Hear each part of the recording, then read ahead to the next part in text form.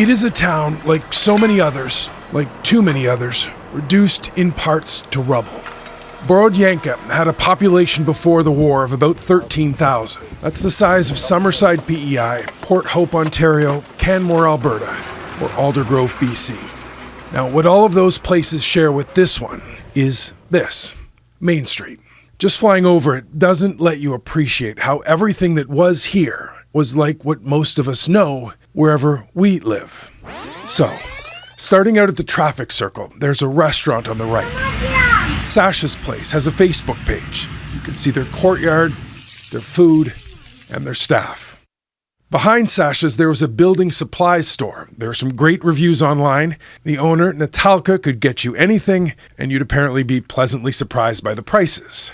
Further up, there was a small gourmet grocery store, the sort of place you might go if you needed a special ingredient.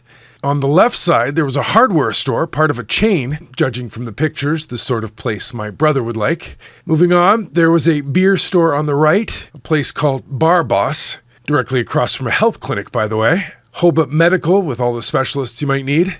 If you were looking for a cell phone, that was a bit further up. Kyivstar seems to have had a decent selection. There was also a good selection at the butcher shop across the street.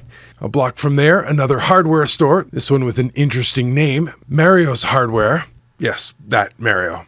There was another beer store, but this one a little different. You could buy draft from the tap. The local tax office was just up the street, and then a sports store, a very crowded and colorful sports store. Which brings us to the town square.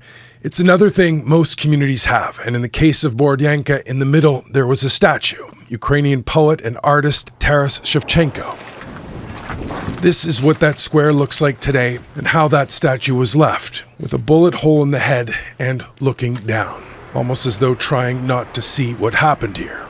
According to Ukrainian officials, Russian troops killed 300 people in Borodyanka, 50 of them executed. Mike Armstrong, Global News.